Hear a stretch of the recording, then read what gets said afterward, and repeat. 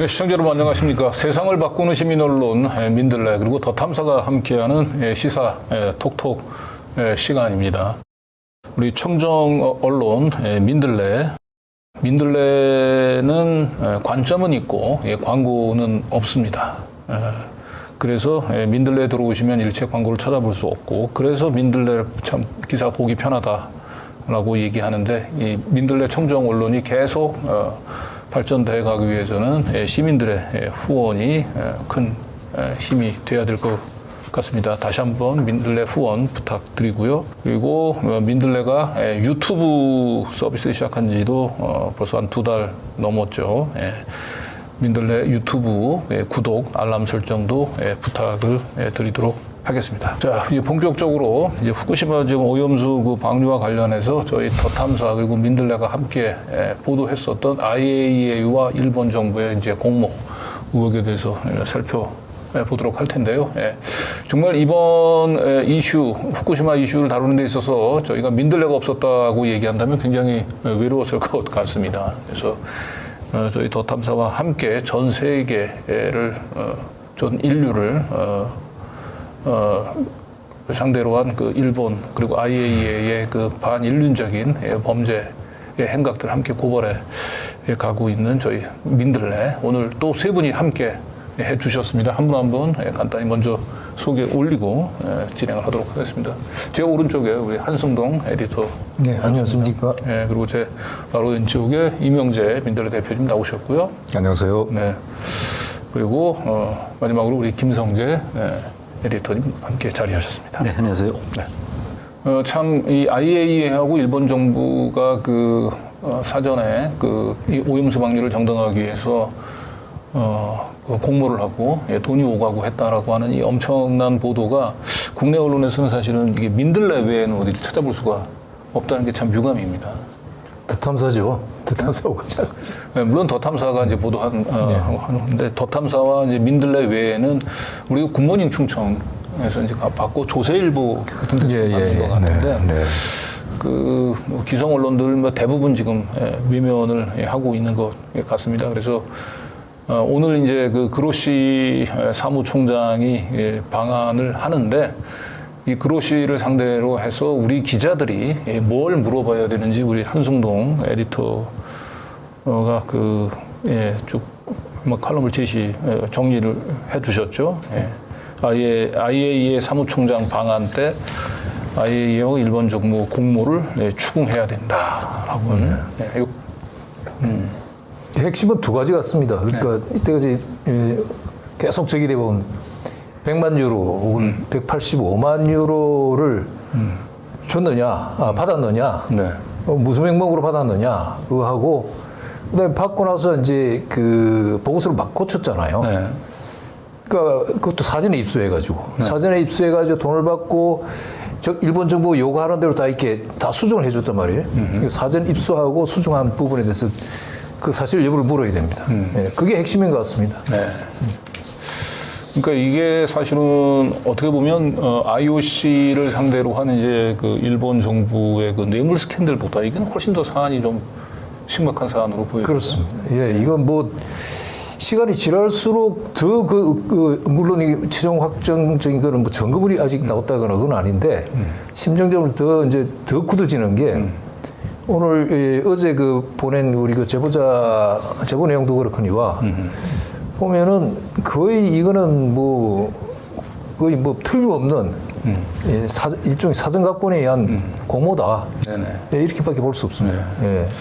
자, 근데 이제 그로시가 지금 방한을 하는데 그 일정을 아마 좀 비공개로 좀 진행을 할 것 같아요. 그래서 기자들이 과연 그로시를 상대로 그 제대로 된 질문을 할 수 있을지, 접촉을 할 수 있을지 이제 걱정인데. 그게 주말을 또 타서 왔기 때문에 여러 가지로 접촉을 안 하는 쪽으로 일단 의도하고 온 게 아닌가 싶은 의심을 할 정도로 잘 허용을 하지 않을 것 같습니다. 일단 뭐 외교부 장관하고 우리 이제 그 원자력안전위원회 이제 위원장들은 이제 만난다고 하는데, 민들레에서는 혹시 뭐 취재 계획 좀 세우신 게 있으십니까? 네, 당연히 저희 그 그로시의 일거수일투족을 주시를 하려고 하고요. 네. 어디든 아마 이제 김포공항을 통해 들어올 때 타탐사에서도 대대적인 환영 행사를 준비하고 있다고 네. 하던데 네. 예, 저희도 아마 그 환영 행사에서부터 네. 계속 같이 하려고 합니다. 네, 우리 김성재 에디터 이제 뒤에 왜 국내 언론들이 이렇게 이 후쿠시마 그 뇌물 스캔들에 대해서는 침묵하는지는 좀 뒤에서 한번 좀 얘기를 좀 해주시기로 하고, 오늘은 이제 그동안 민들레에서 이제 어떤 보도들이 왔는지 좀 소개하려고 하는데 주로 이번 후쿠시마 금품 스캔들의 이제 주포는 한승동 에디터 민들레에서는 뭐 얼떨결에 예. 예. 네, 그래서 그런데 지금 양상이 지금 조르세티 그 제보자가 저희 민들레 더 탐사에 제보를 하면서 민들레 더 탐사와 외무성 IAEA 간의 이제 진실 게임 양상으로 이제 흐르고 있는데 예, 예. 뭐 일단은 조르세티의 제보 내용들은 이제 거의 우리가 의심을 할 필요 없이 이제 사실로 이제 받아들여야 되는 단계는 된 거죠. 그런 것 같습니다. 그분이 쓰는 또 이 용어나 그 생각 자체가 굉장히 좀 진정성이 있어 보이고요. 처음에 우리도 민감했는데 갈수록 그분이 진정성을 가지고 하는구나 하는 그런 일종의 신뢰 같은 게 좀 생겼습니다. 네. 지난번에 이제 그 우리가 외신들 상대로 한 기자회견에서는 한승동 우리 에디터께서는 설령 이 제르세티의 제보 내용이 그 사실이 아닌 걸로 드러나서 우리가 바보가 되는 한이 있더라도 워낙 이 제보 내용들이 그 긴박하고 또 중대하기 때문에 보도를 하게 됐다라고 하는 이제 말씀을 하셨는데 일단 지금 시점에서는 이제 그 조르세티가 사전에 저희한테 보내왔던 그 보고서 초안들 하고 그 IAEA가 공식적으로 공개한 최종 보고서를 상당 부분 내용이 예. 일치한단 말이에요. 일치하고 네. 또 우리 저 탐사하고 그 민들레가 보도할 때 의도적으로 우리가 그 이 정보가 새어나왔을 경우에 일본 외부성이 어떻게 움직이나 일정을 어떻게 조정할 것인가를 가지고 우리가 일정 부분 정보를 숨기고 미리 보도한 것도 있었는데 어떤 의도를 가지고 그로시가 이제 일본에 들어오면은 몇 시에 누굴 만나고 누굴 만나고 하는 걸 이미 이 조르세티는 우리한테 6월 30일 날 그 상세하게 설명을 했는데 맞습니다. 우리가 그걸 이제 사실은 의도적으로 보도는 좀 안 했죠. 안 했습니다. 네. 보도 안 한 거는 그러니까 일본 쪽에 알려지지 않은 거는 그 실제로 그로시가 들어왔을 때 그대로 진행했어요. 그런데 제목이나 목차 같은 것은 처음에 알려졌지 않습니까? 20일 보도할 때. 그 뒤에 약간 변경했단 말이에요. 약간 변경이 됐어요. 변경이 됐죠. 그리고 26일인가 다시 그 조르세티가 다시 변경됐다고 연락이 왔을 때 우리는 그걸 숨겼잖아요. 그렇죠. 예, 예. 근데 그 다시 그 실제로 7월 4일 날 보도됐을 때 그 제목과 목차를 보면은 우리가 숨겼던 그러니까 조르세티가 나중에 알렸던 그 내용하고 거의 일치해요 또. 이걸 보면은 우리가 보도로 이거 노출시키지 않은 부분은 그대로 진행했고 노출된 부분은 일본 외무성하고 조정을 했어요. 분명히. 조정을 하고 그랬겠죠. 그러니까 이거 확정적이라고 할 수는 없지만 그 혐의가 상당히 짙어 보입니다. 그 결과로 보면.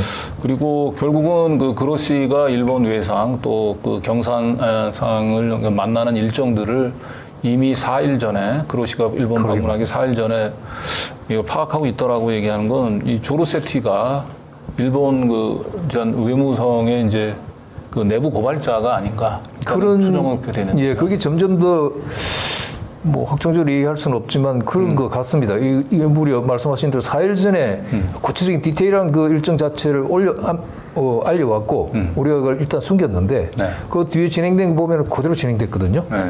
그러니까 일반인들이라면 알 수 없는 그런 일정 구체적인 시간대별 움직임을 그분이 알고 있었고 그걸 우리한테 미리 사전에 제보한 걸로 보면은 그 일본 외무성 내에 혹은 일본 정부 내에 그 IAEA 사무총장 방일 일정과 관련된 걸 내부자만 알 수 있는 그걸 이분도 알고 있거나 직접 알고 있거나 알 수 있는 위치에 있다 이런 생각을 하게 만드는 거죠. 뭐 일단 이제 두 분도 이제 더 이상 조르세티의 제보에 대해서 이제 뭐 의심하거나 그러지는 않으시죠 이제? 예, 처음부터 의심한 적은 처음부터 의심을 안 했어요. 근데 이것은 이제 본질은 그게 아니지 않습니까? 본질은 조르세트라는 사람이 실제로 있었고, 과연 그 사람이 어떤 위치에 있느냐. 사실 그것이 본질이 아니잖아요. 맞습니다. 그 제보 내용이 얼마나 구체적이냐. 그리고 혹여 만약에 조르세트가 만약에 100만 분의 1이라도 가공의 인물이라고 하더라도 하지만 이것이 갖고 있는 이 위험의 경고가 가지고 있는 그리고 상당한 정황으로 제시가 되고 있는 이것이 어떤 상당한 사실의 가능성 네. 이것이 문제의 본질인 것이죠. 그래서 여기에 대해서 설령 100만 분의 1이 아니라 1억 분의 1의 확률이라고 하더라도 이것이 워낙에 국민의 생명과 건강과 관련되는 또 무엇보다도 이른바 이제 불가역적인 문제이기 때문에 당연히 여기에 대해서는 언론이 제보자의 신원의 확실성 그것과는 별개로 네. 당연히 이것은 보도하고 추적을 해야 되죠. 네, 그렇습니다. 자, 그런데 어쨌든 이 국내 그 언론이 그 조르세티의 제보에 대해서는 지금 이제 철저한 이제 무관심 외면으로 일관하고 있어요. 그래서 우리가 민들레하고 저희 더 탐사가 긴급 행동으로 이제 외신 기자회견을 가졌죠. 그 외신 기자회견을 성사시키는데 우리 김성재 에디터가 상당히 큰 역할을 하셨죠. 사실은 뭐 하루 만에 이 프레스 센터를 빌리고 장소를 빌리고 외신 기자들을 알려가지고 그 모으고 하는 과정이 뭐 워낙 긴박하게 네. 진행되는 상황이어가지고 저도 뭐 정신없이 했는데 그 처음에는 굉장히 걱정했던 게 이렇게까지 했는데 외신 기자들이 너무 참석이 저조하면 어떡하나라고 했는데 CNN이라든지 또 중국 쪽 언론들, 일본 언론들이 몇 참여를 했고요. 국내 언론사들도 글쎄 뭐 관심이 없을 수가 없겠죠. 그래서 몇 개 국내 언론사들도 참석을 하고 해서 또 그 여러 가지 뭐 질문도 남았었고요. 네. 또 설명도 하고 해서 참 다행이라고 생각합니다. 네. 네. 그래서 이제 외신 기자회견을 이제 저희는 이제 두 번째 경험을 하는 거거든요. 그렇죠. 그 작년 이제 12월 달에 한동훈이 이제 저희 기자를 이제 스토킹으로 뭐 낙인을 찍고 압수수색하고 이제 그래서 이제 이걸 규탄하는 기자회견을 했었는데 그때만 해도요 외신 기자가 뉴욕타임스 그때 기자는 이제 간사였거든요. 그래서 이제 오셨던 것 같고 그리고 일본에서 NHK인가 이제 그 한 2명 정도 외신 기자 외에는 나머지는 전부 다 이제 국내 이제 유튜버들 이었고 이제 국내 기자들도 몇 명 오긴 왔습니다만 이제 외신 기자회견이라고 하는 게 무색할 만큼 외신 기자들이 별 관심을 안 가졌는데 이번에 저는 개인적으로 깜짝 놀랐어요. 그러니까 일본에서도 상당히 제가 기억하는 거 말도 뭐 TBS에서 니온 TV하고 NHK 네. 하고 또 한국에 더 있었던 것 같은데요. 예. 네. TBS 좀 네. 왔었고 그다음에 중국 쪽에서는 기자들이 참 많이 왔어요. 그렇죠. 인민방에서도 왔었고 신화통신 왔었죠. CNN도 왔고. 네, 저는 물론 우리 이제 외신 기자회견 참 잘 가진 것 같고 상당히 의미가 있었죠. 근데 저는 한편으로는요, 그걸 이제 우리 덧담사 유튜브 중계 방송 또 오마이 TV에서 중계 방송을 오마이 TV에서 중계 했었어요. 방송 했었네. 네. 근데 그걸 보면서 한편으로는 어떻게 이게 성사가 돼서 이것이 갖는 의미가 상당히 적지 않았는데 한편으로는요. 사실은 국내에 있는 수백 개의 국내 언론들이 있는데 이걸 외신들을 상대로 해서 호소해야 되는 이런 현실. 국내 언론의 정말 그야말로 철저한 침묵 외면 속에서 이럴 수밖에 없는 이런 상황이 다시 예전에 그 5.18 상황으로 돌아간 것 같지 않습니까? 그러게요. 국내 언론들이 이제 철저히 참 이거는 참 씁쓸하고 참 참담한 일이죠. 네. 제가 그 외신 기자 이 긴급 기자회견 이제 말씀을 드리기 전에 그 알고 지내던 그 외신 기자에게 그 한번 물어봤어요. 일본 쪽인데 일본 쪽에서는 지금 이 문제에 대해서 취재가 진행되고 있는지 혹시 또 관심이 있는지 했더니 내용은 알고 있는데 취재에 들어가거나 직접적으로 하지 않고 있다라고 해서 이유가 뭐냐 했더니 뜻밖에도 그 한국 내 언론들이 이렇게 그 보도를 하지 않고 있는데 외신이 이걸 쉽게 그 취재하거나 하기가 좀 어렵다라는 얘기를 하더라고요. 그러니까 맞아. 우리 권지현 기자가 이번에 그로시 그 일본 방문했을 때 기자회견장에 예. 갔잖아요. 근데 그때 몇 명의 이제 일본 기자들을 만났는데 저도 깜짝 놀란 게 마이니치 신문 기자인데 굉장히 젊은 기자, 신입 기자 같았는데 예. 어디서 왔냐고 해서 이제 권지현 기자가 이제 더 탐사에서 왔다고 얘기하니까 알더라고요. 예.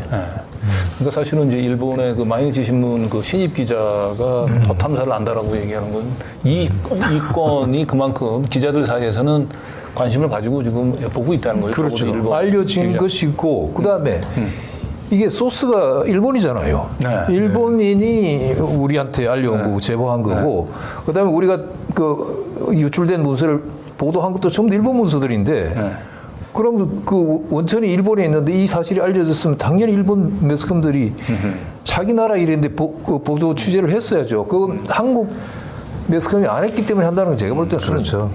핑계. 일본 언론들의 이런 그 태도를 보더라도 사실 일본 언론이 지금 상당히 한국 언론에 못지않게 이제 권력에 순응적이고 많은 문제가 있죠. 근데 지금 좀 전에 마이니치 기자 얘기를 저도 이제 방송을 통해 보면서 이제 알고는 있어요. 근데 알고는 있는데 이거를 취재하고 보도를 할 생각을 하지는 않는 것이죠.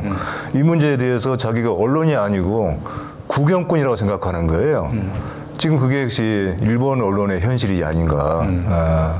뭐 보이지 않는 이제 보도 지침 같은 게 있는 거죠. 우리가 처음에 21일 날 이제 그 외무성 관료 A와 ADB 총재로 추정되는 사람하고의 비밀 대화를 보도한 다음 날 일본 외무성에서 다 사실 무근이다라고 얘기를 하니까 결국 그게 일본 그 기자들한테 일종의 보이지 않는 그냥 네. 보도 지침이 된 것 같아요. 가이드가 그런 면에서 보면 일본 매스컴이 더 심하지 않나 하는 생각이 들어요. 자발적인 어떤 그게 있는 것 같아요. 뭐 자발적인 복종. 네. 그러니까 일본 그 기자들의 애국심 뭐 이런 게 근데 그것도 분명히 그렇죠. 그렇죠. 일본의 국익을 뭐 지키는 게 더 중요하다. 진실 보도보다. 그렇죠. 근데 우리가 생각하기에도 궁극적으로 정말 일본 국익을 장기적인 관점에서 본다면 당연히 보도해야 되는 것인데 그렇죠. 굉장히 단기적으로 좁게 보고 있는 거죠. 그러니까. 네. 그래서 이제 일본 그 기자들 같은 경우는 뭐 일본 외무성의 입장이 보이지 않는 보도 지침이 있고 지금 단기적으로는 오염수 그 방류가 일본 뭐 국익에 부합하니까 우리도 적극적으로 그 일본의 국익을 보호해야 된다. 일본 기자들은 그렇다 치더라도 왜 한국 기자들은?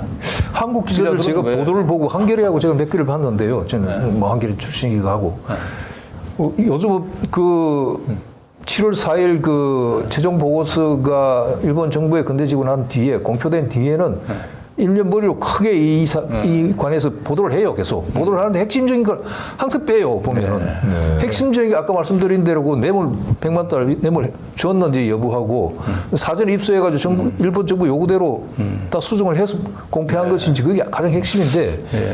그러니까 더 탐사하고 민들레가 보도한 걸 쏙 빼고 아주 걔까지만 계속 지르면서 크게 키우고 있거든요. 그 면피는 하는데 핵심은 들어가지 않고 있어요. 그러니까 지금 말씀하신 것처럼 일본 기자들의 이 같은 지금 침묵에 대해서는 설령 백보양보해서 자국의 국익을 위해서 보도를 안 한다. 그 이해할 수가 있어요. 그러니까 이해하려고 하면은 이해가 되는 측면이 있습니다. 그런데 한국에는 이것이 어떤 국익이 있을까?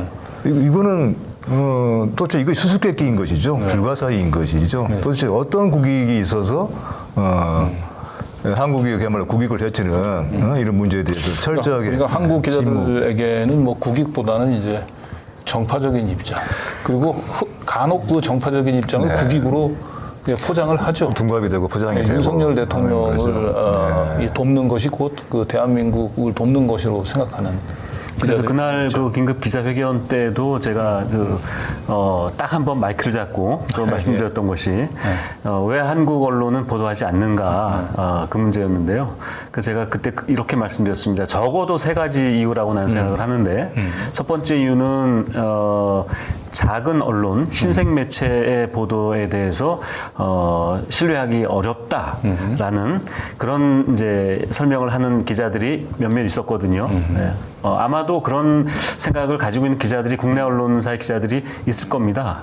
있는데 그 이유는 정말 페이크다라고 저는 생각을 해요. 거짓말이고 진짜 이유는 그 나머지 두 가지인데 하나는 이미 국내 언론사들이 이 오염수 방류라는 그 일본의 결정 그리고 윤석열 정부가 거기에 대해서 문제 제기를 하지 않고 오히려 일본보다 더 적극적으로 이거를 옹호하고 홍보하고 하고 있는 것에 대해서 동조를 하는 것으로 논조를 정했다는 거죠. 그렇죠. 예, 거기에 맞추다 보니까 이런 문제를 취재하고 싶어하지 않는 거죠. 그리고 마지막 세 번째가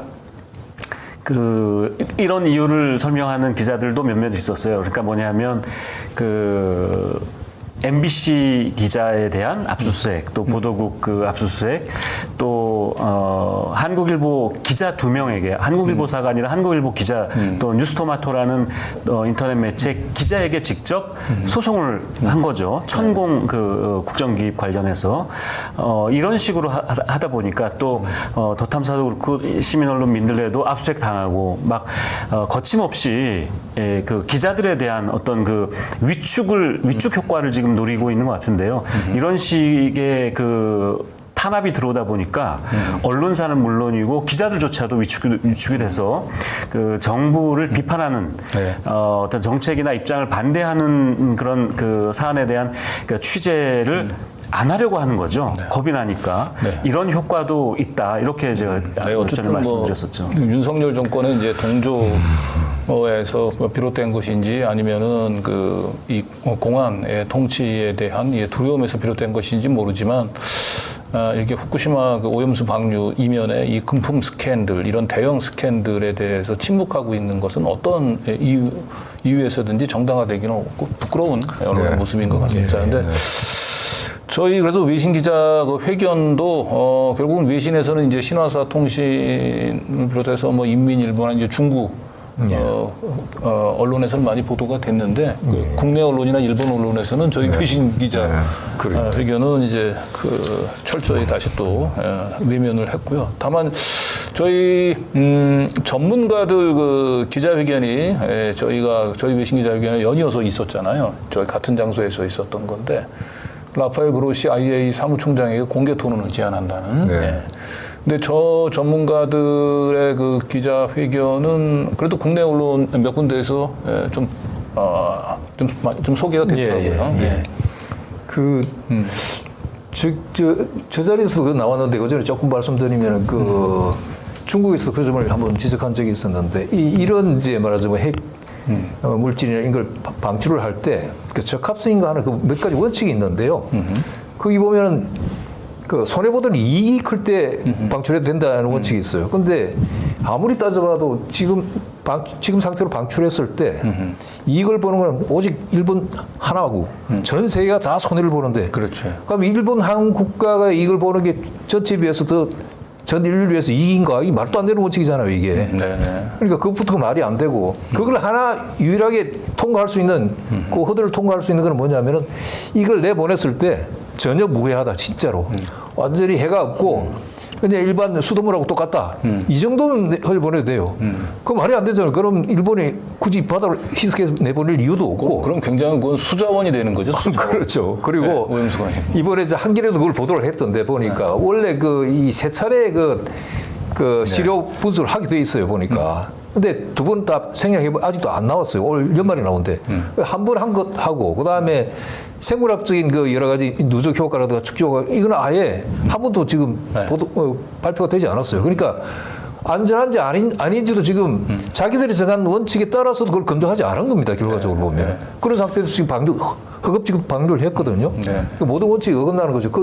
제가 그 자리에서 들은 대학 교수님들 얘기는 이보다 더 훨씬 어떤 면에서 살벌하고 끔찍했는데, 예, 국민들 다 좀 들었으면 좋겠는데. 네, 이때는 이제 뭐 서균열 서울대 원자핵공학과 교수님, 그다음에 백도명 이제 서울대 보건대학원 교수님하고 우리 서울대 또 물리학과의 원로 교수죠. 최무영 교수님 등 나와서 얘기를 했는데 그 국내 언론엔 소개가 되진 않았는데 이제 제가 그 중국의 그 상하이 미디어 그룹 기자하고 이제 월요일 기자회견 직후에 통화를 했는데 우리 요 전문가 기자 그 회견에 대해서 상당히 관심을 표시했고 그래서 서균열 교수님하고 이제 인터뷰를 하고 싶다고 해서 제가 이제 소개를 좀 연결을 좀 줬어요. 그리고 서균열 교수님 같은 경우가 이제 특히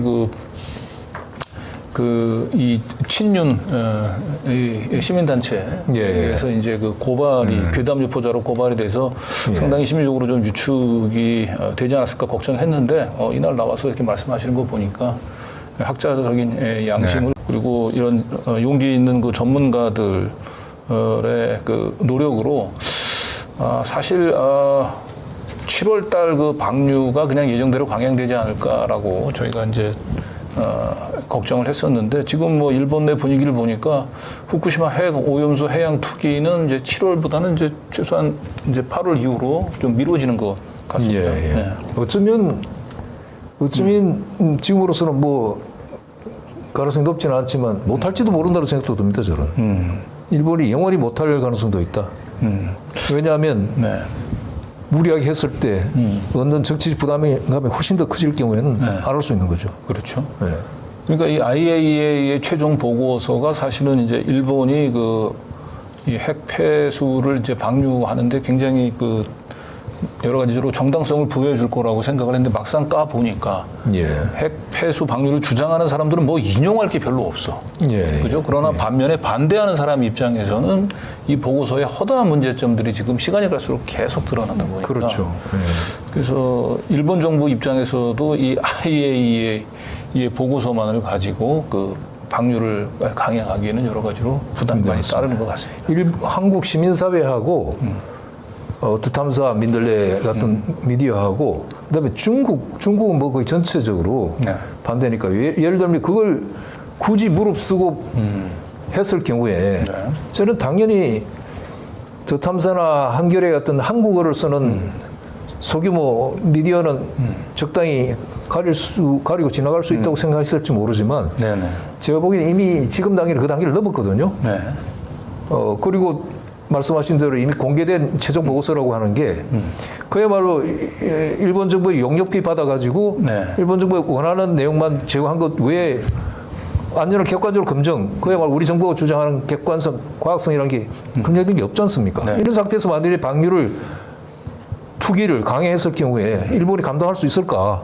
저는 그게 간단하게 답이 안 나온다고 생각합니다. 이게. 그리고 이제 민주당에서 이제 이 IAEA 보고서를 뭐 깡통 보고서라고 얘기는 했습니다만 이 깡통 보고서가 나올 수밖에 없었던 것을 이제 저희 더 탐사와 민들레가 그 이유를 확실하게 이제 보여준 거잖아요. 그 이면에서 결국 더러운 금품의 거래와 보고서의 사전 유출, 일본 정부가 계속된 수정 요구, 이러한 이 검은 거래로 이제 얼룩진 결과물이 이제 IAEA의 최종 보고서다. 이런 부분들에 대해서 아직 뭐 민주당도 이제 아직까지 이걸 공식적으로 이 부분들은 좀 언급을 하고 조심스러워하긴 하는데 결과적으로 저희 더 탐사하고 민들레에서 이 보도했었던 이 IAEA하고 일본 간의 이 검은 거래 금품 스캔들, 후쿠시마 금품 스캔들이 결국은 일본 정부나 IAEA도 그렇고 누구도 계속 부담이 될 수밖에 없을 것 그러니까요. 같아요. 만일에 저는 이런 생각까지 해요. 이거는 워낙 그 사람들이 여야나 뭐 이 좌우를 떠나서 이거는 굉장히 모든 사람에게 민감한 일상의 문제이고 생명의 문제이기 때문에 한국 정부조차도 이게 섣불리 기존의 어떤 일본에 대한 무조건적인 그 지지나 이쪽으로 가면은 정치적으로 굉장히 부담이 되고 심지어는 자칫 잘못하면 예상 못한 대로 이게 어떤 특정 정권의 아킬레스건이 될 수 있다. 굉장히 위험한 거다 이게. 그런 생각까지 들어요. IAEA가 이번에 이제 이 뇌물 스캔들 전에 저도 몰랐었는데 솔직히 말씀드리면 그 IAEA가 어떤 단체인지 그리고 그 보니까 과거에도 부패 스캔들이 꽤 있었더라고요. 그렇죠. 그 이라크 전을 촉발했던 그런 그 허위 정보 이런 그 것도 있었고, 그래서 IAEA 하면 보통 그 굉장히 권위 있는 이 원자력 관련 권위 있는 국제기구라고들 아마 다들 생각 그 하고 있었던 거죠. 저도 그렇게 생각을 했었고, 근데 이거 지금 이렇게 사태를 보면서 저도 배우게 된 게, 아, 이 국제기구가 이게 정말 그 공정하고 정의롭고 이런 국제기구가 아니구나. 과거에도 뭐 이런 부패 스캔들이 있었고, 그걸 새롭게 알게 됐습니다. 저도. 네. 그 라파엘 그로시라고 하는 사람이 국적이 이제 아르헨티나이던데요. 외교관 출신입니다. 외교관. 외교관 그렇더라고요. 핵 전문가가 아니고요. 그렇죠. 근데 지금 이제 아르헨티나를 빛내고 있는 한 분이 계시죠. 네, 우리 우리 교황. 프란시스코 교황이. 우리 이제 이 그로시라고 하는 사람은 정말 그 프란시스코 교황이 빛내고 있는 아르헨티나 그런 자기 조국의 이름을 크게 오명을 줄 수 있는 그런 기로에 서 있다. 부디 좀 더 좀 그 어떤 양식에 입각한 그런 좀 행동을 보여줬으면은 싶습니다. 네. 자, 그리고 이게 일본 정부가 그 IAEA 보고서만을 믿고 핵폐수 방류를 이제 강행하기가 이제 부담스러운 것은 워낙 일본 정부가 그 과거에 그 주변 국가의 그 핵폐수 방류에 대해서는 강하게 스스로 반대를 맞습니다. 했단 말이죠. 네. 그렇죠. 대표적인 게 그 90년대 초반에 블라디보스톡에서 그게 그때는 러시아죠. 핵 폐기물 그때는 500톤인가 그랬어요. 지금처럼 뭐 수십만 수백만 톤이 아니고 그거 버렸을 때도 제일 그 난리친다는 표현은 좀 그렇습니다만 일본이거든요. 그 때문에 저 런던 의정선가가 만들어졌어요. 네. 투기해서는 안 된다 이게 국제적으로.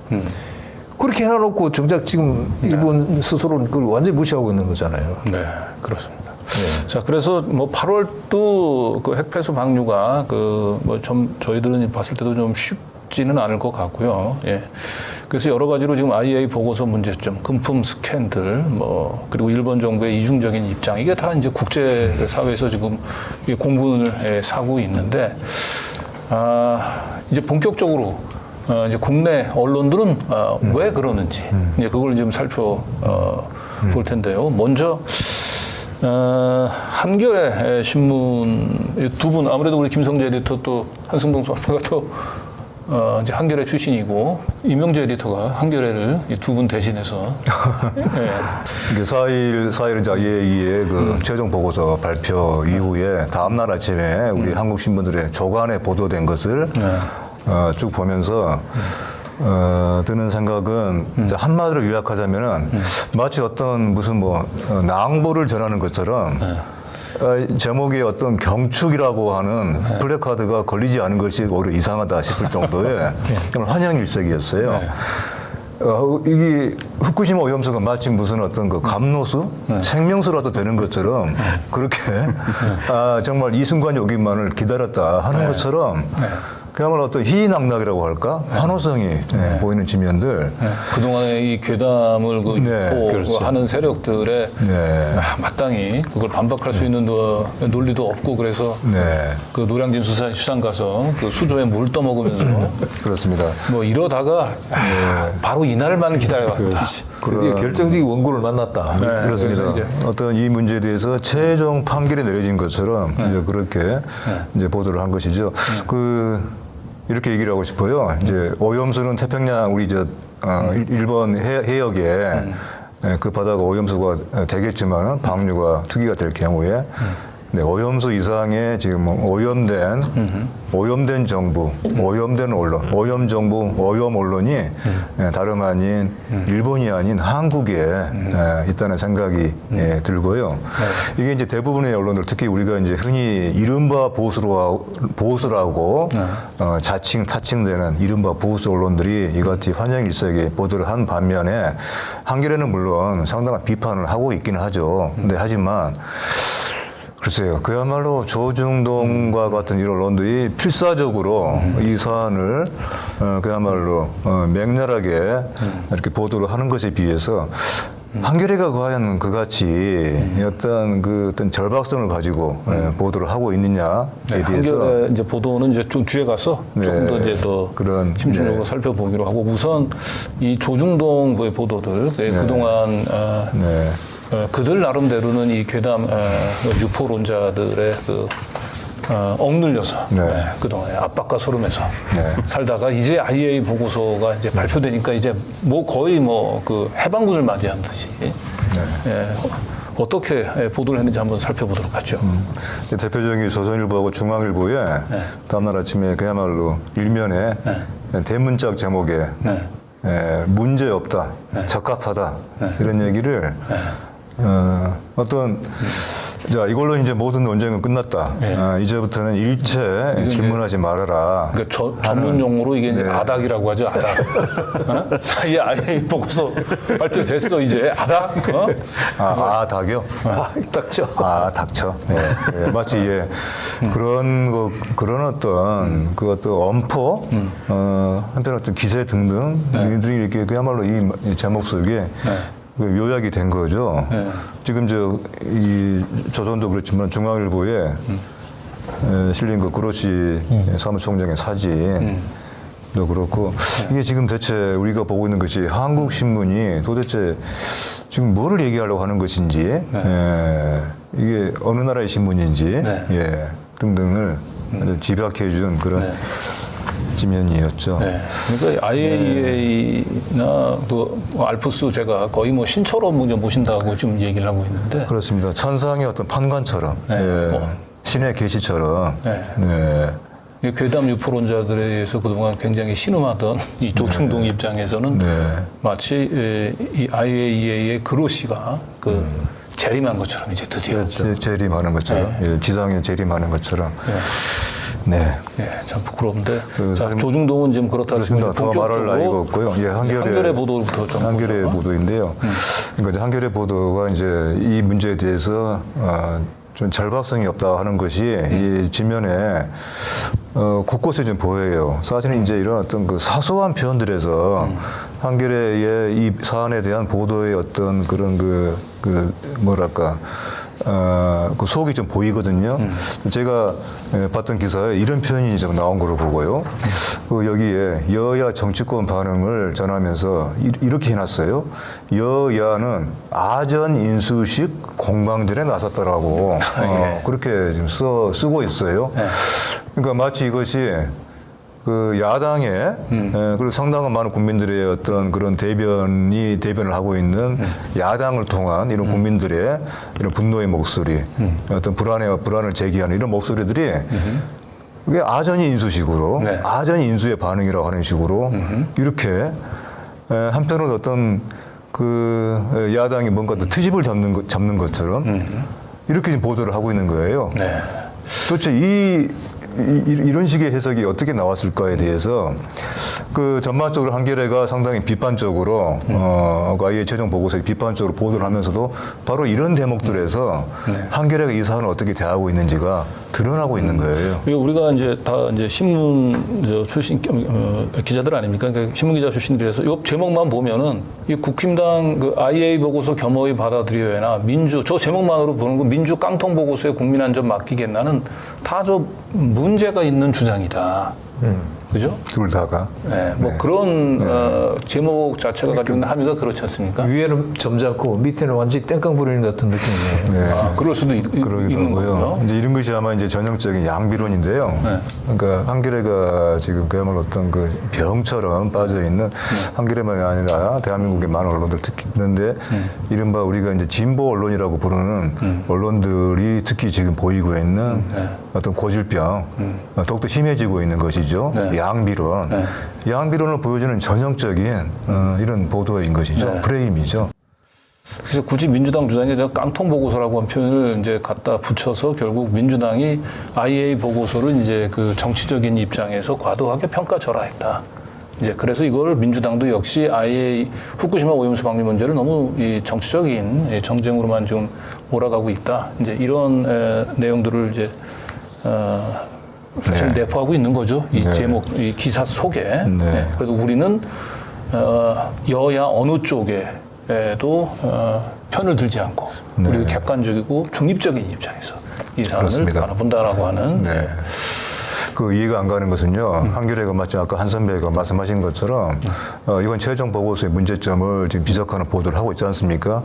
자, 그렇다고 한다면은 이번 보고서가 갖고 있는 결정적인 문제, 바로 검은 돈 거래 의혹이라든가 일본 정부에 의한 사전 보고서 입수, 조율, 자, 이것을 보여주는 많은 의혹들을 지금 제기해놨지 않습니까?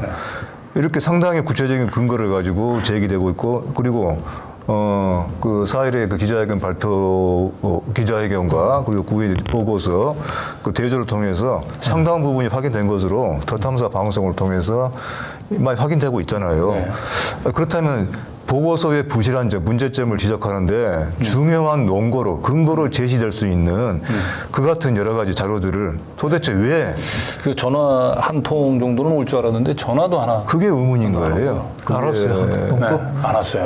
예. 그래서 제가 이제 또 어제 답답하면은 이게 사실 더 탐사 보도를 바로 받는 것은 이제 좀 자존심이 상할 수도 있긴 한데 중국 외교부 대변인이 논평가 했잖아요. 네. 그거 정도는 받아서 기사를 쓸 수도 있는데 굳이 그 중국 외교부 대변인의 더 탐사 보도라고 얘기 안 하고 한국의 한 언론 매체 이렇게 얘기했으니까 그거 그대로 받아서 쓰면 되는데. 야, 그래서 제가 이제 그 아는 또 그 베이징 그 특파원 한 명을 전화를 했어요. 네. 왜 기사를 안 썼냐? 아, 라고 얘기했더니 그 외신 기자들하고 비슷한 반응이에요. 아니 이게 이 국내에서 이 그 부분에 대해서 비중 있게 보도를 안 하니까 일체 보도가 없으니까 이게 중국에서 뭐 이렇게 외교부 대변인이 반응을 해도 이걸 내가 발제하기가 조금 힘들더라 이런 핑계를 또 대는. 그게 이제 악순환인 것이죠. 침묵의 국내에서는 나선- 그렇죠. 나선 맞습니다. 침묵에 서로 간의 책임이 전가이죠. 네.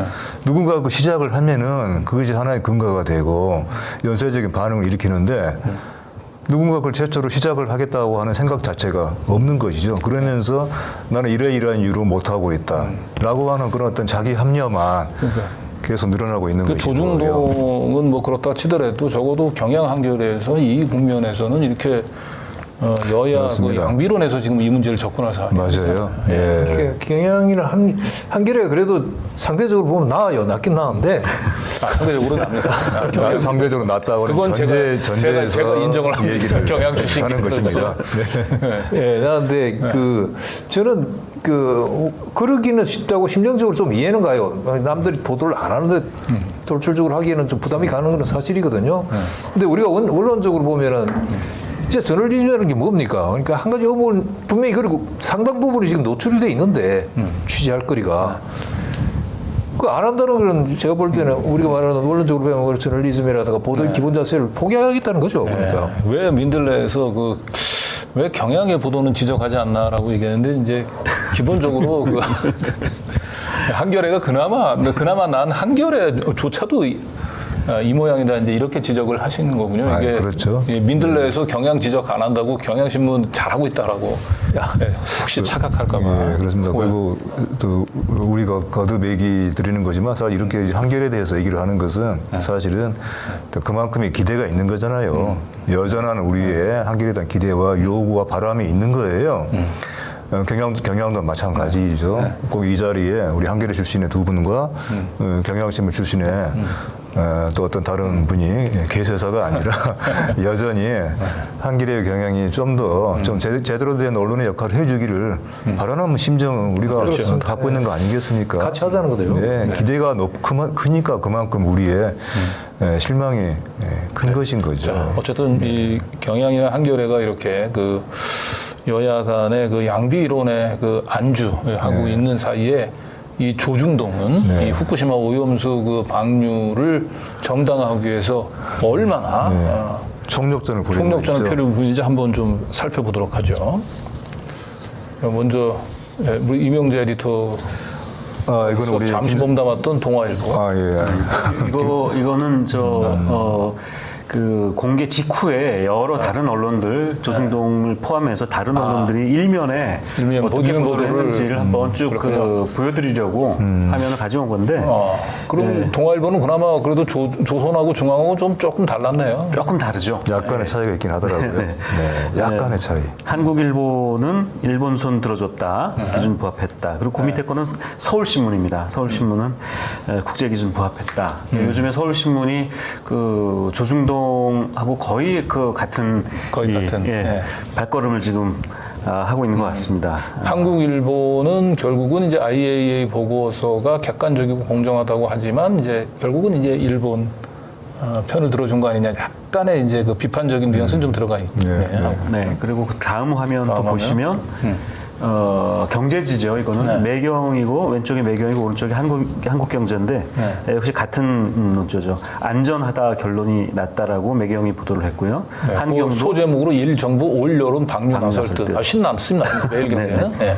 그리고 한국경제도 마찬가지이고요. 그건 뭐 조선일보하고 제목이 거의 같은, 중앙일보하고 제목이 거의 같으네요. 그러니까 이런 제목을 보면 딱 들은 느낌이 저는 딱 그런 생각이 들었어요. 이렇게 기준 부합하고 문제 없다.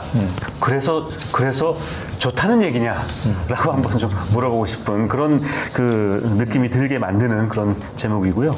그 다음에 보면 한겨레 경향, 우리 지금 저 한겨레 경향 얘기를 많이 했는데 한겨레 경향 일면 기사입니다. 한겨레는 일본 오염수 방류 보증서 쥐어준 IAEA 이렇게 했고 경향신문은 결국 일본 오염수 방류를 용인했다. 그래서 뭐 아쉬운 대로 많이 아쉽지만 그래도 조중동이나 경제지하고는 약간의 뉘앙스 차이를 좀 보이고 있다. 이 정도로 지금 뭐 만족해야 되는데요. 그렇긴 한데 한겨레 경향신문에서 보면 이게 결기가 보이지 않잖아요. 뭔가 오염수 방류를 시민들과 함께 막아내겠다라는 의지보다는 결국 대세는 결정됐어 이제. 맞습니다. 바로 그것이 문제입니다. 기정사실을 하려고 해요. 오염수 투기, 사실 투기라고 쓰는 게 맞다고 보는데 오염수 투기가 사실상 이제 이미 건널 수 없는 강을 이미 강을 건넜고 이제 이거는 기정사실로 돼 있고 그래서 앞으로 필요한 것은 최대한 이 방류가 좀 더 안전하게 좀 더 어떤 부작용이 없이 피해가 최소화되도록 그렇게 하는 것이 이제 우리에게 남은 일이다. 마치 이런 식의 보도예요. 그러니까 뭔가 IAEA 1방류객 안전 결론이라는 매일경제 기사하고 IAEA 1방류 국제 안전기준 부합해서 한국경제 쓰는 거 보면 그런 생각이 나요. 예전에 1930년대 말에 39년 이후에 일본이 그 소위 남방 침략할 때 싱가포르하고 막 점령할 때 한국 신문, 조선 당시 식민지 신문들이 막 만세 부르고 난리 드디어 승리하고 막 보도했잖아요. 그 기분이 나요. 이거 보면은 야 드디어 해냈다. 한국 경제가 아니라 이건 이름을 니혼 경제로 바꾸든지 매일 경제도 마이니치 경제로 바꾸든지. 자, 어쨌든 이 한겨레 그 경향신문의 제목은 항상 그렇지만 결국은 우리는 판을 바꾸기는 어렵다. 이제 정해진 판. 뭐 이미 이제 그 판은 결정이 됐고 우리는 그 속에서 그냥 약간의 좀 바른 소리를 하면서. 그렇습니다. 적당한 비판, 적당한 진실. 이게 지금 한겨레가 보이고 있는 일종의 그 내부적인 보도 강령처럼 돼 있는 그런 지금 행태이죠. 한겨레는 여기 지금 뭐 한겨레 저보다는 대선배 계시고 하지만 저는 나중에 뭐 합류를 했으니까요. 그런 질문을 좀 하고 싶어요. 한겨레라든지 또 다른 뭐 신생 매체들인데 그 국내 언론들이 이걸 보도하지 않는 이제 이유 중에 이런 것들이 있는 거죠. 그러니까 아까 말씀드린 것처럼 작은 매체, 신생 매체의 보도에 대해서 신뢰할 수 없다. 한겨레가 35년 정도 된 걸로 제가 알고 있는데요. 한겨레가 창간될 때 신생 매체였거든요. 그렇죠. 작은 매체였고요. 아니 그때 한겨레가 그러면 그 보도한 거를 다른 매체가 다른 언론이 받지 않았을 때 거기에 대해서 그러면은 한겨레가 어떻게 생각할지 그런 걸 좀 물어보고 싶고요. 또 하나는 뭐 한겨레 문제는 아닙니다만은 거의 모든 사람들이 알고 있지 않습니까? 우리 언론들이 정말 작은 의혹 하나도 그 의혹이 전혀 단정적인 어떤 그런 것이 아니라고 하더라도 과거에 얼마나 많은 언론들이 몰려가서 막 취재를 하고 했던 일들이 뭐 최근에도 있고 뭐 많이 있지 않았습니까? 그렇죠. 네. 대표적으로 윤미향 의원의 뭐 문제라든지 의혹에 대해서 또 조국 교수에 대해 장관에 대한 의혹이라든지 이랬던 언론이 지금은 굉장히 구체적인 어떤 제보를 가지고 더 탐사와 민들레가 보도를 하고 있는데 이걸 신뢰할 수 없다라고 하면서 전혀 무시하는 게 이거 완전히 다른 이제 차원의 이런 판단을 하고 있다. 그 다른 차원의 판단이라는 것은 결국 우리가 상식적으로 생각할 때 결국엔 윤석열 정부의 불리한 어떤 이런 그 의혹에 대해서는 취재나 보도를 하지 않겠다라는 것 말고는 상식적으로 어떻게 다른 이유를 설명할 수가 없는 거죠. 네. 자, 어쨌든 이 한겨레 그 경향신문 그 일면 그 보도는 그 조중동에서 보여주고 있는 조중동은 완전히 풀 배팅을 하는 거예요 지금. 예? 그렇죠. 예, 그런데 이제 한겨레나 경향신문은 항상 이 제3자적인 관점에서 거리두기를 하죠 항상. 냉정한 포즈를 취하는 거죠. 그러니까 네. 냉정하고 객관적인 듯한 포즈를 취합니다. 네, 그래서 이런 양비론, 그 기계적 양비론들 입장에서 약간 이제 본인 스스로 그래도 자기는 비판적인 언론이라고 하는 뭐 이런 것 위해서 이제 뭔가 약간 이런 보고서에 대해서 문제점들을 좀 지적을 하긴 하는데 그렇다고 판을 바꾸려고 하는 결기가 보이질 않아요. 판을 바꾸려는 결기를 보이면 저희 더 탐사하고 민들레가 보도했었던 그 IAEA하고 일본 정부의 금품 거래 의혹을 쫙 일면에 깔았다고 얘기한다면 제대로 한번 붙어보는 거지 이거는. 근데 그런 의지가 전혀 보이지 않죠. 요즘에 또 많이 언론에 나오고 있고 또 유행어처럼 쓰이고 있는 말 중에 이권 카르텔이라는 카르텔이라는 얘기가 이제 용어가 많이 사용되고 있는데요. 언론도 이런 이제 일종의 저는 카르텔이 아닌가라는 생각이 들고요. 그 기득권 언론들의 카르텔이죠. 근데 저는 왜 한겨레나 경향이나 이런 작은 또 다른 많은 그 신생 매체들이 그 카르텔에 빠져서 그 카르텔을 오히려 깨야 그 다른 매체들도 한겨레든 이런 매체들이 그 오히려 더 성장하고 발전하고 할 수 있는데 왜 이 카르텔 안에 자꾸 들어가려고 하는지 그 잘 모르겠습니다. 예를 들어서 검찰 기자단 그 검찰 기자단이 가지고 있는 그 지금 지키고 있는 그 카르텔이 또 있지 않습니까? 그거를 제발 깨라라고 하고 있는데 여전히 뭐 한겨레도 깰 생각이 없는 것 같고 결국 보면은 전반적으로 그 카르텔 안에서 아주 편안하게 취재하고 안전하게 보도하고 하려고 하는 그런 심리가 굉장히 크지 않은가라는 또 생각이 들어요. 예, 자, IAEA 최종 보고서 공개 직후 언론 보도 한번 계속 이어가 보도록 하겠습니다. 이것도 이제 공개 직후에 나온 보도입니다. 미디어 오늘이 이런 보도를 했습니다. YTN 기자가 IAEA 보고서 신뢰할 수 있나? 라는 질문을 했다. 그래서 그 정부가 국무조정실이었죠. 국조실에서 총리실에서 IAEA 보고서에 대해서 설명하는 그런 기자회견을 가졌는데 여기서 몇몇 우리 국내 언론 기자들이 이제 질문을 하고 그래서 설전을 벌였다라는 그런 내용의 이제 보도인데요. 여기에 뭐 CBS 기자는 IAEA 방류 권고해놓고 조언만 한다 유체 이탈 아니냐라고 국조실장에게 비판적인 질문을 했고 또 YTN 기자도 이런 질문을 했다고 해요. 방대한 보고서에 알프스 성능 시험 왜 빠졌나 뭐 이런 질문을 하면서 설전을 벌였다라고 했는데 설전을 진짜 버린 이렇게 좀 설전을 하면서 이 뇌물과 일본의 뇌물과 그래서 보고서 조작에 관한 의혹에 대해서는 왜 한번 우리 한국 정부에 대해서 그런 의혹에 대해서 어떻게 생각하는지 그렇죠. 뭐 이런 질문 한번 해볼 수도 있는데 그러니까. 끝내 안 나왔다는 거죠. 그래서 이런 설전을 하는 것 정도로 만족해야 되는 것인가 너무나 안타깝고요. 대중들의 여망을 완전히 쳐버리는 것 같아요. 왜냐하면 지금 여론조사 80% 이상이 방류 반대잖아요. 그 어민들이나 지역민들이 절대적으로 반대하고 있고 의시장도 다 반대하고 있는데 그 사람들의 원망을 우리 매스컴이 대변하고 있지 않은 거죠. 이게 질문 자체를 그들 대신해서. 자, 그리고 한겨레 신문에서는 이제 IAEA의 오염수 분석 세 차례 중 한 1차만 끝내고 안전 결론 이렇게 해서 IAEA 최종 보고서를 이제 신뢰할 수 없는 이유를 지적을 하고 있는데 이런 정도를 지적할 수 있으면 저희 금품 거래, 금품 스캔들, 후쿠시마 금품 스캔들은 당연히 보도해야죠. 그런 차원에서 맞습니다. 한겨레는 늘 얘기하는 약간 섀도우 복싱 경향인 한겨레는 직접 상대방을 타격해서 쓰러뜨리려는 의지는 없이 그냥 그 부분 계속 적극적으로 피해요. 이렇게 자꾸 피하는 느낌이거든요. 언제서부턴가 이 정면 승부를 좀 회피하는 모습들을 보여요. 자, 그리고 계속 IAEA 최종 보고서 공개 직후 언론 보도를 한번 좀 살펴보도록 하겠습니다. 요 화면을 보시면 민어철인데 안 찾아요. 한숨. 네, 방류 반대 목소리 커졌다.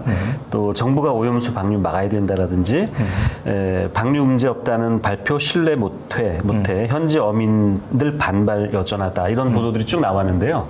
그러니까 보고서 공개 직후 이후에 이제 나온 보도들입니다. 다 전부 다 방송입니다.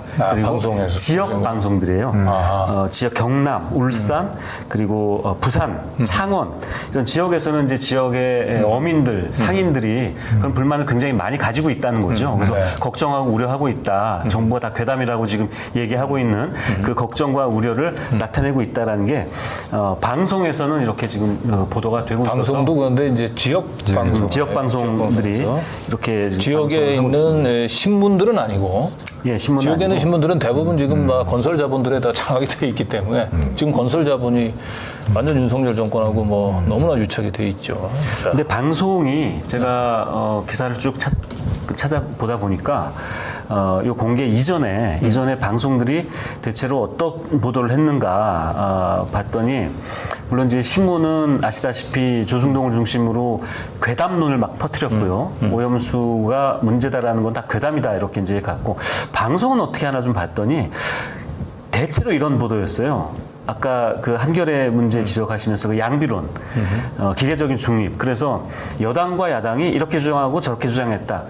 이 보도가 방송에서 거의 그 대부분 이 오염수 관련된 보도를 할 때 그런 그 보도들이 나갔던 것 같아요. 그래서 저는 특히 KBS나 MBC 지금 공영 방송들이 국민들의 어떤 우려나 불안, 지금 여기 지역 방송 KBS, MBC는 막 그 국민들의 그 불안을 지금 보도를 하고 있지 않습니까? 그런 보도를 그 지역에서 하고 있다면 방송들이 좀 공영 방송들이 그 걱정과 우려를 좀 위로해주고 또 할 수 있는 그런 좀 근본적인 취재, 본질적인 취재를 했어야 되는데 공영방송들이 왜 이렇게 기계적인 중립만을 생각하면서 여당과 야당의 주장을 중계방송하는 이런 방송만 했는지 그것도 굉장히 저는 좀 안타깝습니다.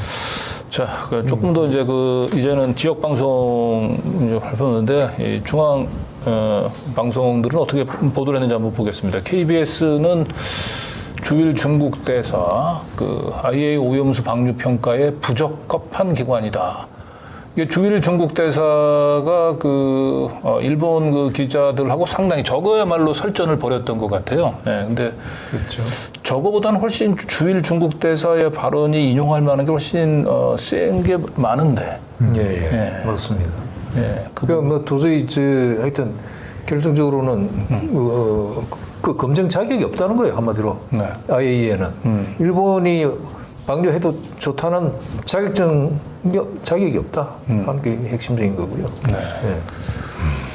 주일 한국 대사는 뭐라고 했는지는 보도가 없더라고요. 없죠. 자, 그리고 MBC는 어떻게 방송했나 볼까요? MBC가 요거는 상당히 많이 인용 보도가 이루어지고 있는 것 같아요. 한 달 전에 IAEA가 이미 일본이 오염수를 방류하는 것을 전제로 해서 태평양 연안 국가들을 설득하려 했다라고 하는. MBC가 아마 이걸 단독 보도한 걸로 제가 단독 보도했어요. 알고 있는데요. 2021년도에 IAEA의 후쿠시마 오염수에 대한 해양 방류에 대해서 일본 정부가 의뢰할 때 이미 그 방침은 기본적으로 정해졌어요. 그때. 그렇죠. 그래서 그런 차원에서 보면은 사실은 뭐 한 달 전에 일본이 방류수를 결정하는 거 외에 다른 대안은 생각하지 않고 방류수 결정하는 거를 전제로 논의를 진행했다라고 얘기하는 게 뭐 큰 새로운 뭐 그건 아니죠. 예, 예. 소식은 아닌데 이 부분들은 그래도 이쪽 그나마. 예, 그나마 예. 예. 조금 이 회의 영상 회의가 그 PIF죠 태평양 도서국 그 예, 도서국 포럼. 포럼에 예, 예. 속해 있는 나라 대표들과 영상 회의를 한 건데 한번 직접 한번 회의 영상 네. 한번 보고 논의를 진행해 보도록 하겠습니다. MBC 취재 결과 IAEA는 이미 한 달 전 태평양 주변국들과의 화상회의에서도 오염수 방류에 대해 설명하면서 방류 이외의 대안은 제대로 검토해 보지도 않았던 것으로 드러났습니다.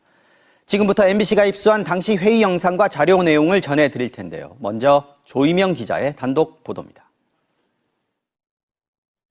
지난달 9일 IAEA가 태평양 도서국 연합체와 개최한 후쿠시마 오염수 관련 국제 화상회의.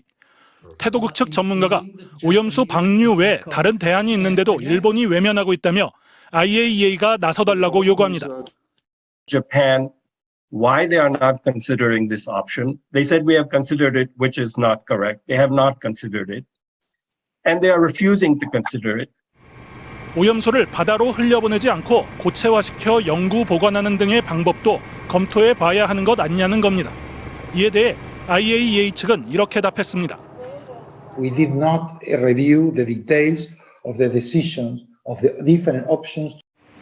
일본이 정한 대로 방류에 대해서만 검토할 뿐 다른 대안은 검토 대상도 아니라는 겁니다. The decision was already taken from Japan in the basic policy about the decision taking was about to release the water to the sea. 그러면서 결정은 일본이 하는 거라고 재차 강조합니다. 최종 보고서가 나오기 한 달 전에 IAEA는 사실상 일본이 정한 방류 방침을 기정사실화하고 있었던 겁니다. But the decision will take by Japan, by others, not by us. Which we, as you know very well, our report that we are producing is not legal binding. IAEA는 어제 발표한 최종 보고서 서문에서도 방류는 일본의 결정이고 자신들은 해당 정책을 권장하거나 지지하지 않는다고 명시했습니다. 하지만 이 같은 IAEA의 보고서를 근거로 일본은 방류 방침을 정하고 방류 개시를 준비하고 있습니다.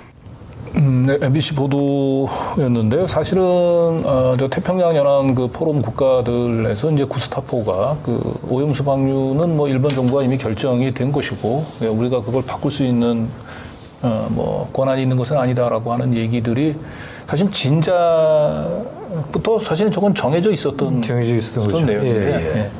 그렇게 일본 그 이번 보고서 제정 거기도 처음에 딱 나오는 게 그거지 않습니까? 뭐 일본이 어떻게 해도 좋은데 그러나 그 책임 우리가 지는 게 아니다. 방류하면 방류하는 국가가 져야 된다. 네. 예, 그래도 어쨌든 그래도 MBC가 이제 그동안에 그 한국이나 이제 일본 정부의 입장만 이제 앵무새처럼 또는 이제 여야의 입장들을 그냥 기계적으로 그냥 그 양비론으로 이렇게 보도하고 있는 것과 달리 굉장히 그 오염수 방류에 큰 이해관계를 걸고 있는 태평양 연안 국가의 입장들을 그거 보여준 것만 해도 저는 대단하다고 생각합니다. 예. 그런데 전혀 보도를 안 하니까. 네. 그 반면에 이제 지금 우리 이명재 에디터는 이제 일본 오염수 문제를 이렇게 정쟁으로 지금 접근하고 있는. 네, 정쟁으로 항상 이것을. 그 사실 야당의 주장이 있잖아요. 이건 시민들의 주장이잖아요. 네, 그리고 대변하는 것이고. 전체 그 인류의 생존이 걸려 있는 문제이기도 그렇습니다. 하고요. 네, 이걸 정쟁으로 여야의 정쟁으로 보도하는 건 너무 문제를 진짜 그렇죠. 협소화하는 거죠. 자, 그럼 여기서 먼저 광고를 전하고 다음 소식 이어가 보도록 하겠습니다. 시민이 만드는 사회 공익 채널 시민 언론 더 탐사 다시 시작합니다. 더 탐사를 응원하는 가장 스마트한 방법. 저렴한 가격, 전 제품 무료 배송, 더 탐사몰을 이용해주세요. 쇼핑이 후원이다. 더 탐사몰. 하지 마요. 쇼핑이 후원이다. 쇼핑이 후원이다. 더 탐사몰. 예, 오늘 그 광고 상품은 확개수입니다. 확개수. 뭐 여러 가지로 지금 이 국민들을 그 분노케 하는 일들이 너무 많은데 이래서 이 술을 찾을 수밖에 없는 시즌인데 술 드시면 건강도 생각하셔야 되거든요. 오늘은 그래서 프리미엄 한방 확개수 소개해드릴까 합니다. 요즘 가장 잘 팔리는 상품들 하나가 바로 이제 숙취 해소 관련 제품들인데 그동안 미뤄둔 모임과 회식, 술자리 여기에다가 최근에는 이 후쿠시마 오염수 방류 비롯해서 정말 윤석열 정권이 술 판매에 다른 거 모르겠는데 술 판매는 1등 공신이지 않을까 싶습니다만은. 자, 그래서 준비했습니다. 헛개나무의 숙취 해소 성분과 지구자. 헛개나무의 열매를 말린 건데 지구자라고 혹시 들어보셨나요? 이 헛개나무 열매를 말린 이 지구자에 이것이 간 기능 개선 효과 성분으로 여러분의 간을 철벽 보호해 드립니다. 특히 술로 발생하는 1급 발암 물질인 아세트알데히드를 빠르게 몸에서 배출시켜 간뿐 아니라 위와 장의 소화 및 흡수까지 도와 여러분의 속을 정말 편하게 해드립니다. 먹어보겠습니다. 예, 한번 드셔보시죠. 예. 특히 또한 확개수는 의사와 한의사 거기에 약사까지 함께 공동 개발한 제품이고요. 12가지 한방 재료와 확개수만의 다중 발효 시스템을 거쳐서 음주 전 또는 음주 중, 음주 전에 먹어도 되고요. 그다음에 음주 중에 먹어도 된답니다. 딱 한 포만 먹어도 충분히 놀라운 효과를 경험하실 수 있습니다. 오늘 방송 마치고 또 여러 가지로 저녁 아주 한방 같은. 아마 술 아마 세 분이서 아마 드실 것 같은데. 술에 타서 마셔도 된다고 하니까 너무 반갑네요. 그렇죠. 야, 그렇다고 너무 확개수만 믿고 술을 많이 너무 과음하지 마시고요. 요즘처럼 술 권하는 사회에 특히 아주 필요한 제품이네. 네, 확개수 가격 정보 알려드리도록 하겠습니다. 현재 인터넷 최저가 한 박스 18,000원에 판매 중에 있습니다. 그리고 두 박스가 19,800원이고요. 게다가 배송비는 무료입니다. 그래서 배송비까지 생각하면 확개수 두 박스를 인터넷 최저가 한 박스보다 저렴한 가격에 구매하실 수 있습니다. 45% 추가 할인에 무료 배송 혜택까지 꼭 챙기시기 바랍니다. 쇼핑이 후원이다. 더 탐사마을. 오늘도 시민으로 더 탐사 그리고 스튜디오 더 탐사 두 군데를 통해서 동시에 라이브 진행 중이고요. 스튜디오 더 탐사에서 구독, 좋아요, 알림 설정도 잊지 말아 주시기 바랍니다. 그리고 스튜디오 더 탐사 스태프들이 저한테 간곡히 부탁을 했습니다. 스튜디오 더 탐사 구독과 함께 슈퍼챗 후원도 아마 부탁드리도록 하겠습니다.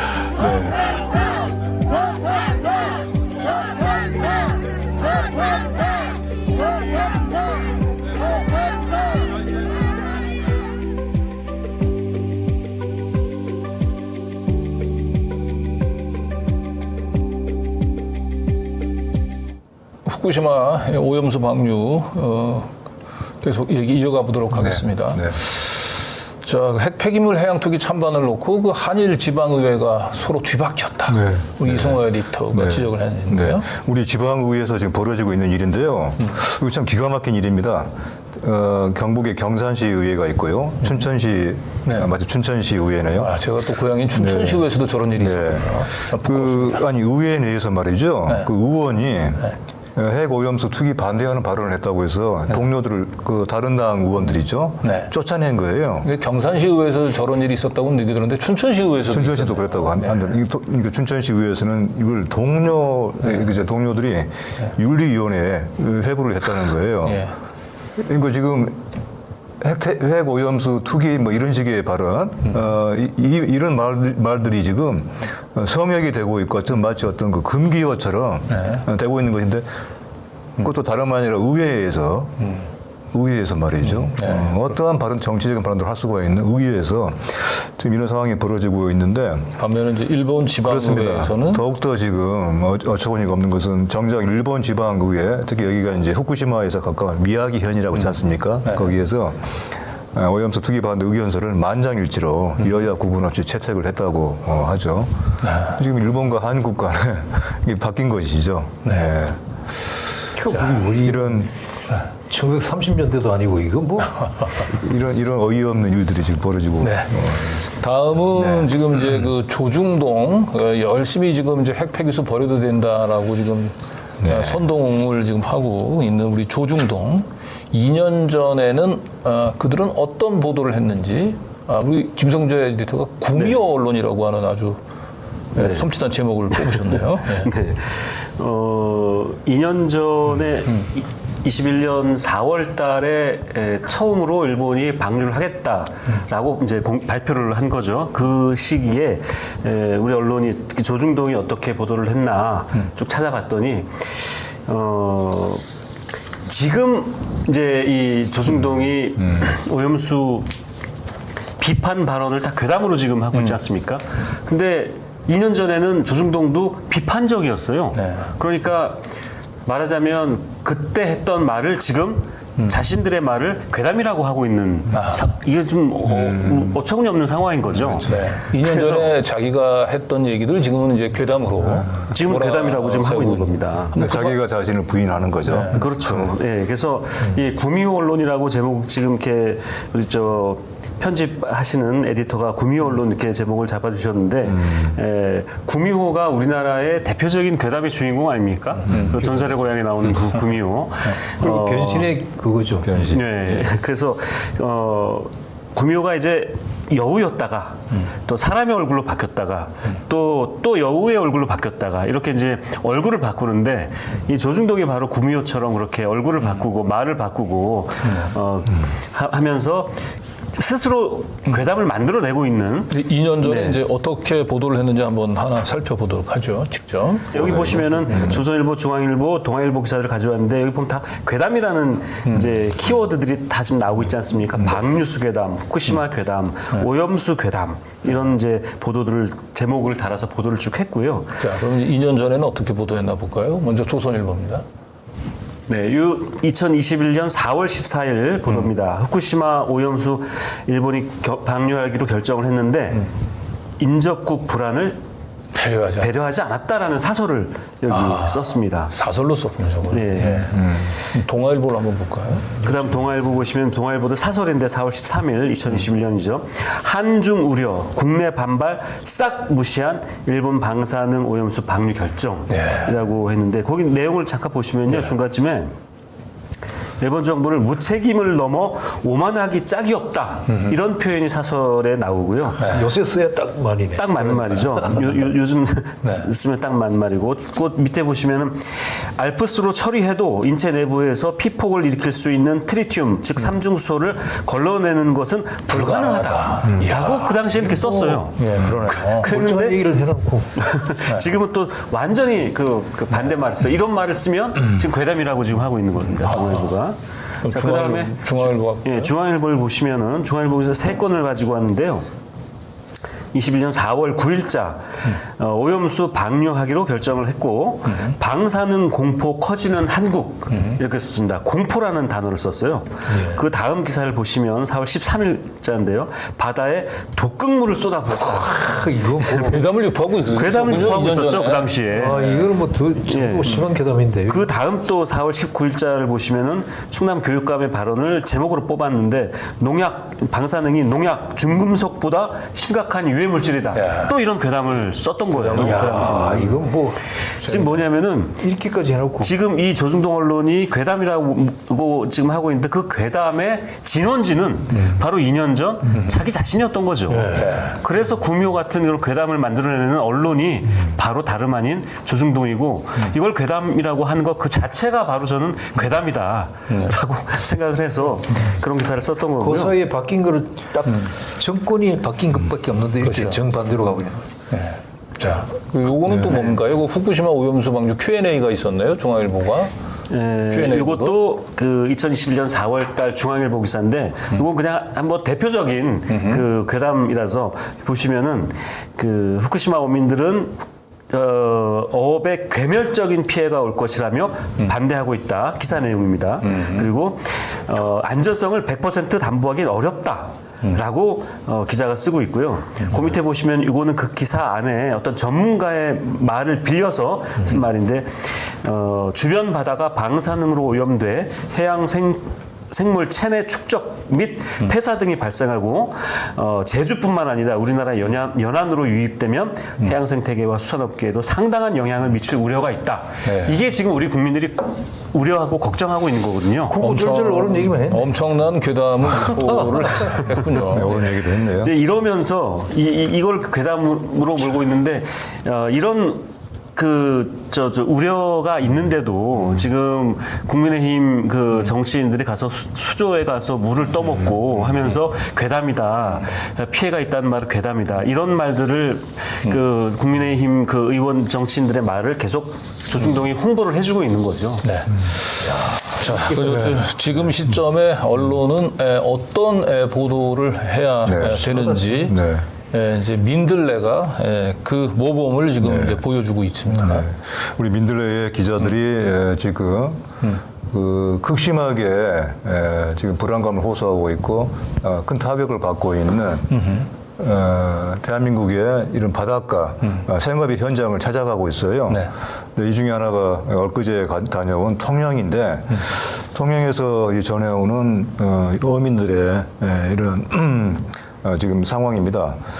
제목에 보시는 것처럼 이미 여파가 나타나고 있죠. 낚시업을 하는 그걸로 생업을 삼고 있는 분들 지금 그야말로 이미 낚시어선을 이제 처분해야 되는 그런 결정을 해야 되는 그런 상황입니다. 저희가 이제 여기 통영만이 아니라 뭐 강릉 또 강진 여기도 다녀오고 앞으로도 계속 여기저기로 다닐 텐데 이게 지금 생생한 현장의 목소리입니다. 네. 생생한 현장의 상황이고요. 네.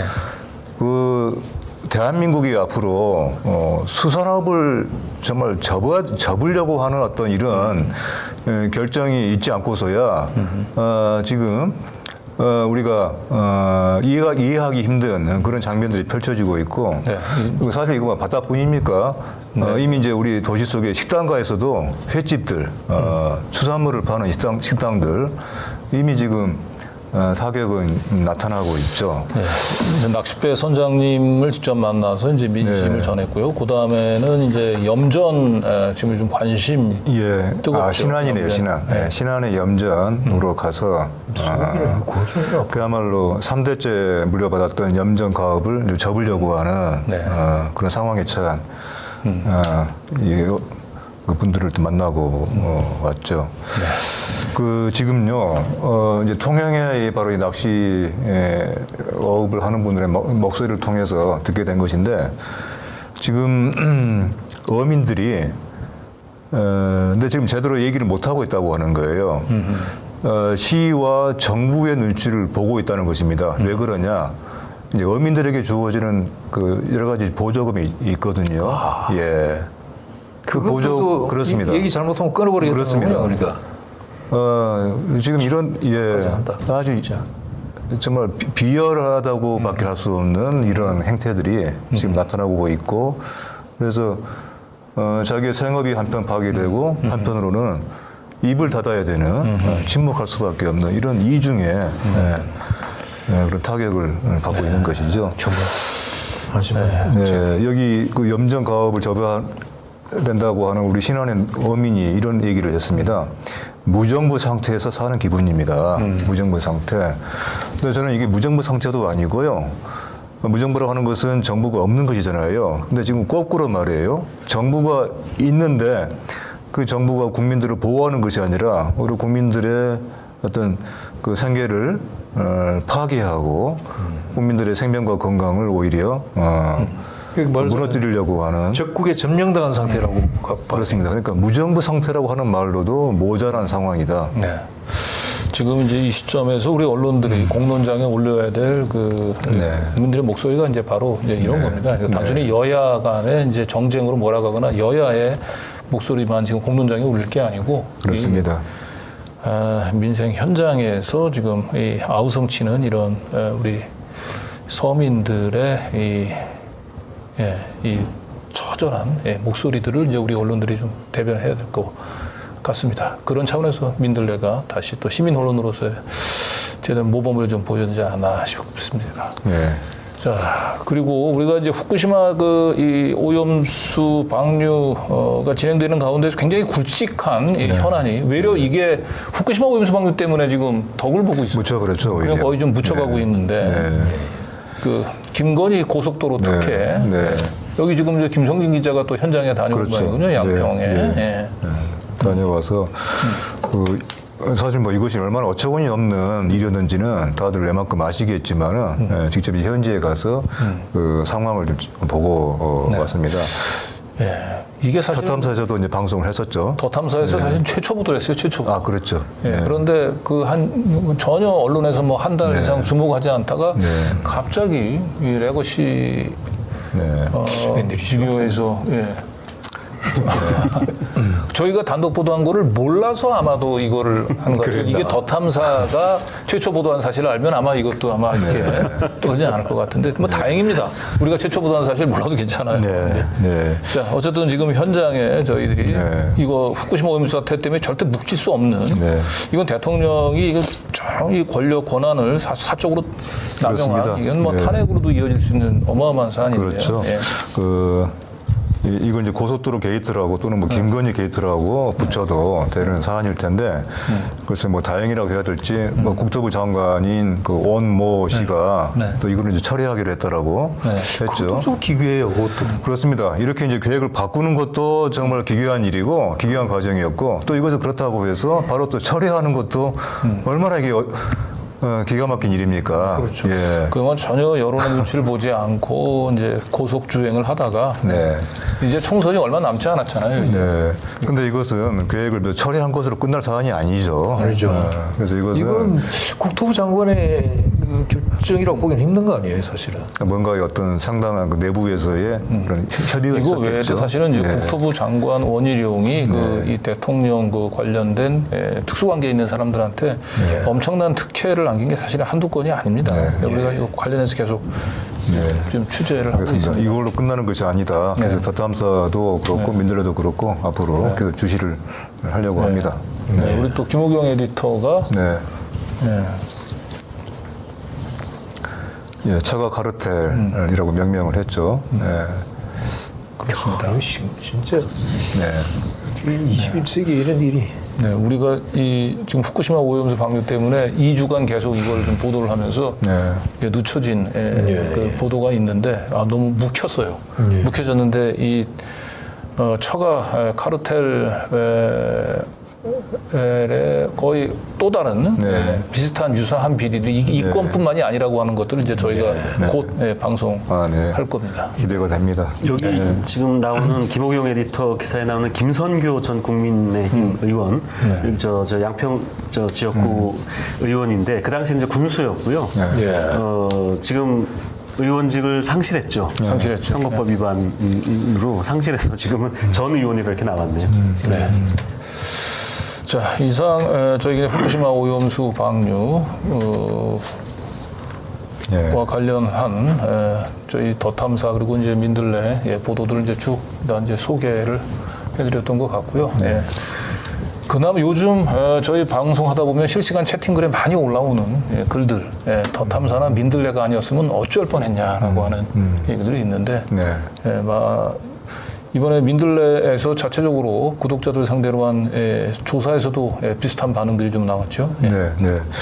설문조사 결과를 저희가 좀 분석을 해서 어떤 분들이 민들레를 찾아오시고 또 민들레를 후원하는가 하는 것을 저희가 한번 살펴봤어요. 그랬더니 이제 몇 가지 특징들이 나오는데 이제 그 중에 하나가 민들레 애독자들은 50대, 60대, 40대가 상당히 많더라고요. 그러니까 이제 일종의 중장년 그리고 초노년이라고 할까 이제 이런 세대인데 이것이 의미하는 바가 무엇일까에 대해서 좀 생각을 해봤는데 아마 이것이 지난 1970년대, 80년대에 한국 사회가 민주화돼가는 과정에서 그걸 지켜봤던 그리고 또 직접 그 민주화를 이뤄내는데 스스로 어떤 한 주체로 참여를 했던 분들이 지금 한국 사회가 보이고 있는 이 엄청난 퇴행, 그러니까 민주주의의 기초가 허물어지려고 하는 이런 상황에서 뭔가 이런 위기 상황들이 민들레에 대한 이런 열렬한 그 애독과 후원의 열기로 나타나고 있는 것이 아닌가 하는 그렇게 좀 분석을 해볼 수 있을 것 같아요. 그리고 또 하나는 구독자분 한 분이 그 적어주신 댓글인가 보죠. 민들레 알면 읽게 되고 읽으면 응원하게 된다. 네, 때처럼 이제 그런 분들이 많습니다. 그러니까 민들레를 이제 모르면은 읽을 수가 없잖아요. 그런데 한번 이제 민들레에 대해서 알게 되고 이제 민들레 사이트에 들어가서 기사를 읽게 되면은 계속 읽게 되는 거죠. 또 그렇게 되면 이제 계속 찾아오고 그러다 보면은 응원도 하게 되고 후원도 하게 되더라. 네, 그런 이런 흐름이 있죠. 네. 저희들에게 이제 이런 성원에 대해서 저희들 한편으로 감사드리고요. 저기 마지막에 쓴 것처럼 이 독자 후원자분들이 보내온 설문조사 결과들은 그렇습니다. 시민과 함께라는 민들레의 성격과 지향을 보여주면서 동시에 그 같은 시민과 함께라는 과제를 우리 민들레 자신과 시민들에게 공동의 숙제로 제시해 준 것이다. 저는 그렇게 좀 해석을 합니다. 네. 여기 그 아까 그래프에 보니까 만족한다, 대체로 만족한다가 합치니까 96%. 네. 그 밑에 그 별로 만족하지 못한다 1%가 있네요. 이거는 그 제가 아무리 생각을 해봐도 그 제가 그동안 썼던 기사나 칼럼에 대해서 독자분들이 만족하지 못하고 계신 것 같아서 제가 책임을 지고 책임을 통감하고 그 1%의 이명재 대표님한테 제가 그 일단 사의를 표명하는 바입니다. 그것은 그건 설득력이 별로 없는 그런 해석 같네요. 이게 누군가 책임을 져야 되니까요. 언론인이 책임을 져야 되지 않습니까? 어쨌든 민들레는 이렇게 1%의 독자들의 의견도 소중히 그러나 너무 1% 별로 만족하지 못하는 독자의 의견을 그렇게 곡해하지 마시고요. 책임지려면 계속 일하세요. 네, 그렇습니다. 저희들이 아까 이제 처음에 청정 언론 민들레라고 했지 않습니까? 이 얘기를 드리고 싶은데요. 이제 저희들이 청정 언론이라고 할 때는 광고가 없는 그런 언론이어서 청정인데, 근데 지금 사실은 언론에서 청정 언론으로서 민들레 역할이 어느 때보다 중요한 것 같아요. 그러니까 지금 바다를 청정 해역을 오염시키려고 하는 이런 상황에서 바다의 청정을 지켜야 되고 또 우리 한국 사회의 언론의 청정을 지켜야 되는 그런 역할로서의 어떤 민들레, 바로 그런 점에서 지금의 민들레의 청정한 어떤 그런 수호로서의 그 역할이 어느 때보다도 중요한 상황인 것 같다. 그렇습니다. 네, 그렇습니다. 그래서 마지막으로 그래서 청정 언론 그 민들레에 대한 후원 그리고 민들레 그 유튜브 구독 다시 한번 당부를 좀 드리면서 오늘 방송은 마무리하도록 하겠습니다. 후쿠시마 오염수 방류는 반드시 저희 더 탐사 그리고 민들레가 함께 시민들과 함께 막아내도록 하겠습니다. 우리는 적당한 비판하지 않습니다. 자, 그럼 우리는 여기서 이만 인사하고 물러가도록 하겠습니다. 수고하셨습니다. 수고하셨습니다. 수고하셨습니다.